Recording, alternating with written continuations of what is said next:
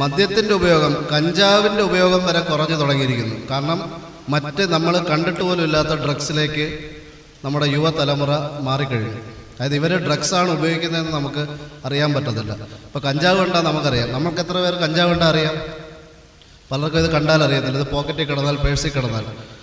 അതുപോലെ പുതിയ പുതിയ രൂപങ്ങൾ, സ്റ്റാമ്പ്, MDMA, ഇതെല്ലാം നമ്മൾ കണ്ടാൽ പോലും, ഒരു പോക്കറ്റ് ഇരുന്നാൽ പോലും നമുക്കിത് അറിയാൻ കഴിയാത്ത സാഹചര്യങ്ങളാണ്. ഞാൻ ഉദാഹരണം പറയാം. ഞാൻ തൊട്ട് മുമ്പിരുന്ന പോലീസ് സ്റ്റേഷനിൽ ഒരു പ്രതിയെ, ഞങ്ങൾ പഴയ ഒരു കേസിലെ ഒരു പ്രതിയെ പിടിച്ചാണ്. ഇവനുമായിട്ട് സംസാരിച്ചുകൊണ്ടിരിക്കുമ്പോൾ തന്നെ ഇവന് ഫിറ്റ്സ് പോലെ വരുവാണ്. അതവൻ സംസാരിക്കുന്നത് നോർമലല്ല, കുഴഞ്ഞാണ് സംസാരിക്കുന്നത്. ഇവൻ പത്രത്തിലൊക്കെ ഫോട്ടോ ഒക്കെ വന്നതാണ്. ഇവൻ കഞ്ചാവ് ഉപയോഗിച്ചു, അതിനുശേഷം MDMAയിലേക്ക് പോയി, അത് പൊടിച്ചിങ്ങനെ വലിച്ചുകൊണ്ടിരിക്കും. അതായത് ഒരു ദിവസം ഇവൻ വലിച്ചു അല്ലെങ്കിൽ ഇൻജെക്റ്റ് ചെയ്ത് കഴിഞ്ഞാൽ ഒരു മനുഷ്യൻ 27 ദിവസം, ഒരു രാത്രി ഉറക്കം കഴിയുമ്പോൾ നമുക്കറിയാം എന്തെല്ലാം നമുക്ക് ക്ഷീണമാണ്. 27 ദിവസം വരെ അവൻ ഉറങ്ങാതിരിക്കും. 21 മുതൽ 27 ദിവസം വരെ ഉറങ്ങാതിരിക്കാൻ കഴിയും. ഈ ഉറങ്ങാതിരിക്കുമ്പോൾ മൊബൈൽ കളിച്ചുകൊണ്ടിരിക്കും, മറ്റ് ഗെയിമുകൾ കളിച്ചുകൊണ്ടിരിക്കും, ഓൺലൈൻ ട്രാൻസാക്ഷൻ, ഇങ്ങനെ പല പല പല കാര്യങ്ങൾ ചെയ്തുകൊണ്ടിരിക്കും. അത് വളരെ തന്ത്രപരമായി അതും പിന്നെ മറ്റൊരു അഡിക്ഷനിലേക്ക്, ഒരു വല്ലാത്തൊരു മാനസികാവസ്ഥയിലേക്ക് പോവുകയാണ്. ഒന്ന് ഉറക്കം ഒഴിയുന്നത്, പിന്നെ മൊബൈലിൻ്റെ അധിക യൂസ്, അതിലിങ്ങനെ ഓൺലൈൻ ഇങ്ങനെ പർച്ചേസ്, അങ്ങനെ പല തലത്തേക്ക് പൊയ്ക്കൊണ്ടിരിക്കും. കാരണം മദ്യം ഉപയോഗിക്കുന്ന പോലെ വലിയ സജ്ജീകരണങ്ങളോ, മദ്യത്തിൻ്റെ ആ ഒരു ഉന്മാദം കൂടിപ്പോയാൽ ഉറങ്ങി എണീറ്റ് കഴിഞ്ഞാൽ അത് നഷ്ടമായി പോകും. പക്ഷേ ഈ മയക്കുമരുന്നിൻ്റെ ഉപയോഗം അങ്ങനെയല്ല. അത് ദിവസങ്ങളോളം വേണേലും നിൽക്കും. അത് ഇഞ്ചെക്റ്റ് ചെയ്യുന്നവരുമുണ്ട്.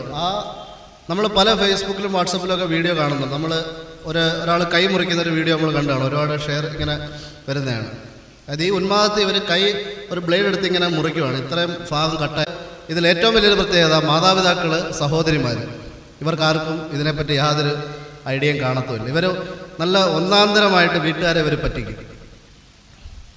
ഇതിൽ പകുതി ഇപ്പോൾ ഗൾഫിൽ അച്ഛനുള്ള വീടുകളിൽ അമ്മയായിരിക്കും, ആ പൈസ ഹാൻഡിൽ ചെയ്യുന്നതെല്ലാം അമ്മയായിരിക്കും. അപ്പോൾ ഇവർ അമ്മയുടെ അടുത്ത് ഓരോ ആവശ്യങ്ങൾ പറഞ്ഞ് ഇവർ പൈസ വാങ്ങിക്കും. കോളേജ് ക്ലാസ് ഉണ്ട്, അല്ലെങ്കിൽ മറ്റേത് മറിച്ചത്, അങ്ങനെയൊക്കെ പറഞ്ഞ് അവർ സുന്ദരമായിട്ട് അമ്മമാരെ അവർ പറ്റിക്കും. അച്ഛന്മാരെ പറ്റിക്കത്തില്ല എന്നല്ല, നമ്മുടെ മക്കളാകുമ്പോൾ നമ്മൾ പലതും വിശ്വസിച്ചു പോകും. നമ്മളെ അവർ പറ്റിക്കത്തില്ല എന്ന് നമുക്ക് 100% ബോധ്യമുണ്ടായിരിക്കും.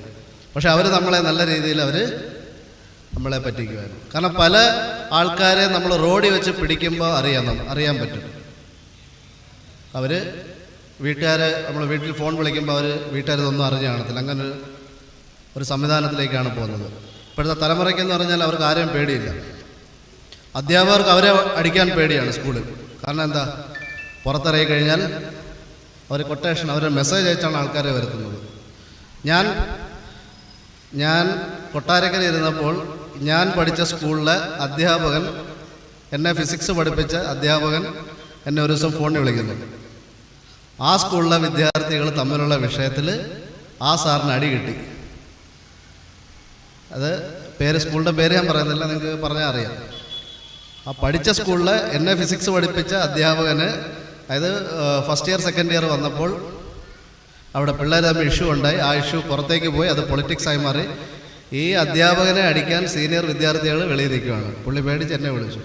അപ്പോൾ അങ്ങനൊരു സാഹചര്യമാണ് നമ്മളിപ്പോൾ വന്നിരിക്കുന്നത്. അതിന് ബാക്കപ്പ് എന്ന് പറഞ്ഞാൽ ഒരുപാട് ബാക്കപ്പ് ഉണ്ട്. ഈ കുട്ടികൾക്ക് സപ്പോർട്ടിനായി ഒരുപാട് കാര്യങ്ങളുണ്ട്.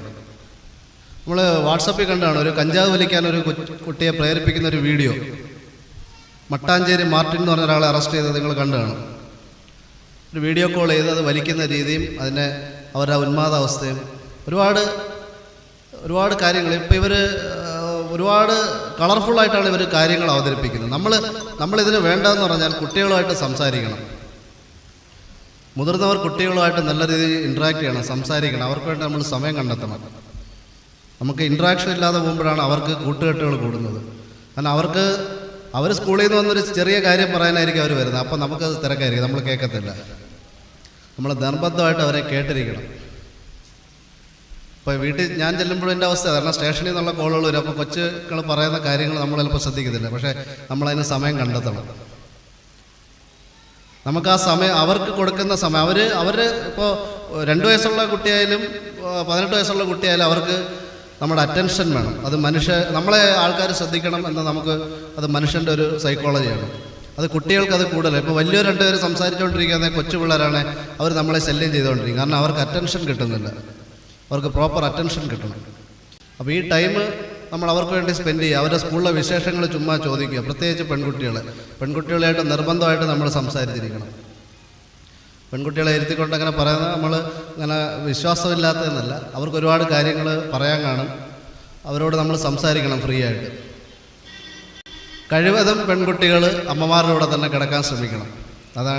അത് നമ്മുടെ ഒരു ഇതാക്കി എടുക്കുക. കാരണം പെൺകുട്ടികൾക്ക് ഏറ്റവും കൂടുതൽ കാര്യങ്ങൾ പറയാനുള്ളത് അവർക്ക് ഷെയർ ചെയ്യാനുള്ള അമ്മമാരോടായിരിക്കും.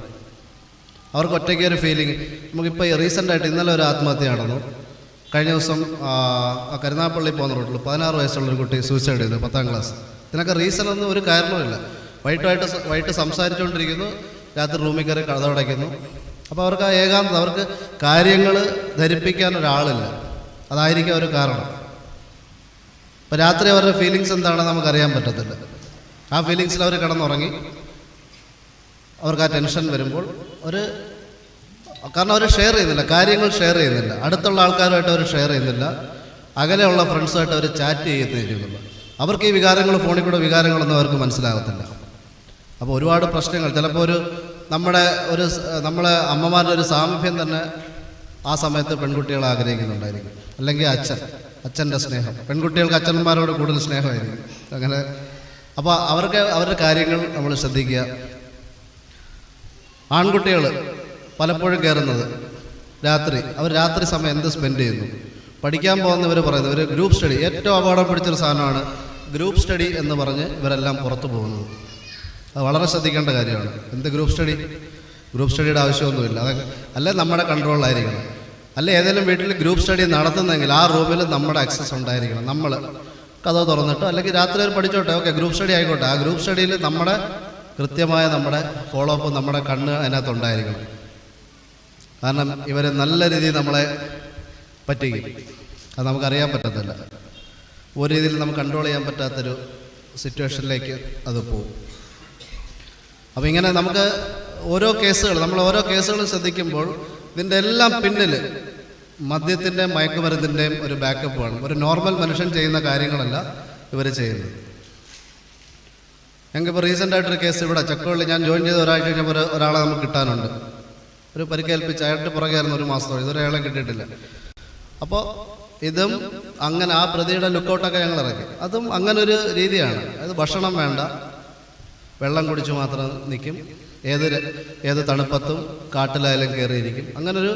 അങ്ങനെ ഇതിൻ്റെ ഒരു പ്രശ്നമാണ്. ഒരു നോർമൽ ഒരു മനുഷ്യൻ നമുക്ക് ചിന്തിക്കാൻ പറ്റുമോ? രാത്രി 2 മണിക്ക് ഏതെങ്കിലും കാട്ടിലായാലും കയറി പോകത്തില്ല. അപ്പോൾ അങ്ങനെ ഒരു മൈൻഡായി കഴിയും, ഒരു മൈൻഡ് സെറ്റ് മാറിക്കഴിയുകയാണ്. അത് വളരെ ശ്രദ്ധിക്കേണ്ട ഒരു കാര്യമാണ്. എന്തായാലും കൂടുതൽ ഞാൻ ഇത് പോകുന്നില്ല.